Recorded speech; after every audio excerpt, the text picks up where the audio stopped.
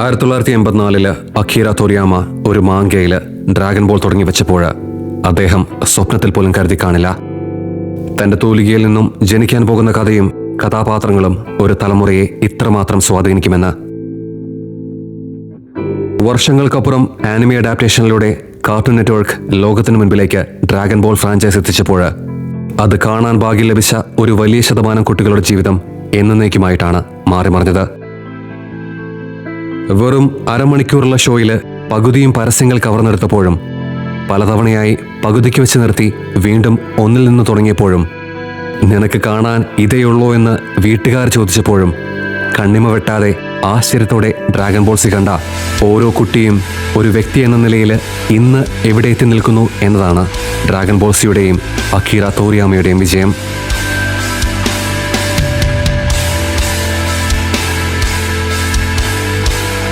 ഒരു 10 വയസ്സുകാരനെ കൊണ്ട് കരുത്തും മനുഷ്യത്വവുമാണ് എല്ലാ ചോദ്യങ്ങൾക്കുമുള്ള ശാശ്വതമായ ഉത്തരമെന്ന് ഓർമ്മിപ്പിച്ചൊരു കഥാപാത്രമായിരുന്നു ഡ്രാഗൺ ബോൾസിയുടെ പ്രൊട്ടോഗണിസ്റ്റ്. നേടണമെന്നും നേടുമെന്നുമുള്ള ഉറപ്പുള്ളിടത്തോളം കാലം ഒഴുക്കുന്ന വിയർപ്പിന് കാലം ഉത്തരം നൽകും എന്ന് ഓർമ്മിപ്പിച്ച ഒരേയൊരു കഥാപാത്രം.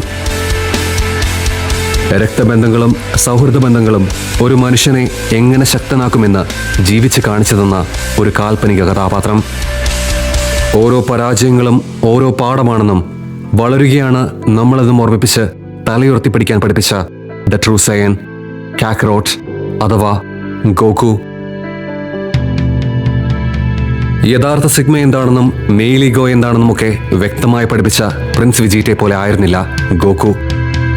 ഒരു നാണയത്തിന്റെ 2 വശങ്ങളും എന്ന പോലെ ശത്രുക്കളിൽ നിന്നും മിത്രങ്ങളായി മാറിയ ഗോക്കുവും വിജീറ്റയും ഓരോ കുട്ടിയും കണ്ടുവളരാൻ അർഹിച്ച റോൾ മോഡൽസ് ആയിരുന്നു.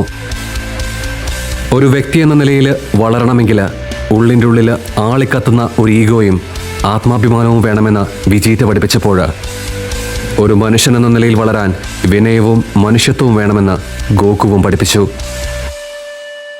വെറുപ്പും വിദ്വേഷവും മാത്രം നിറഞ്ഞ നമ്മുടെയൊക്കെ ചുറ്റുപാടുകളിൽ കാണാൻ കഴിയാതെ പോയ പാഠങ്ങളും ആദർശങ്ങളും ഒരു ആനിമേ ഷോയിലെ കഥാപാത്രങ്ങൾക്ക് പഠിപ്പിച്ചു തരാൻ കഴിഞ്ഞതുകൊണ്ടാണ് വർഷങ്ങൾക്കപ്പുറം ഇന്നും ഡ്രാഗൺ ബോൾസി എന്നും ഗോക്കുവെന്നും വിജീറ്റ എന്നും ഒക്കെ കേൾക്കുമ്പോൾ അഭിമാനവും സന്തോഷവും ഒക്കെ തോന്നുന്നത്.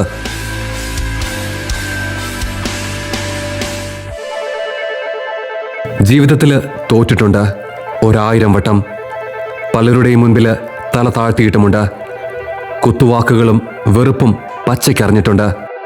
പക്ഷേ അതിലൊന്നും കാലിടാതിരുന്നിട്ടുണ്ടെങ്കിൽ, കരുത്തിന് കരുത്തുകൊണ്ട് ഉത്തരം നൽകിയിട്ടുണ്ടെങ്കിൽ, കണ്ണാടിയിൽ കാണുന്ന പ്രതിബിംബത്തെ ആഗ്രഹിച്ചതുപോലെ വാർത്തെടുക്കാൻ കഴിഞ്ഞിട്ടുണ്ടെങ്കിൽ, അതിന് പിന്നിൽ അന്നും ഇന്നും ഡ്രാഗൺ ബോൾസിയും നറൂട്ടോയും ഒക്കെ മാത്രമായിരിക്കും.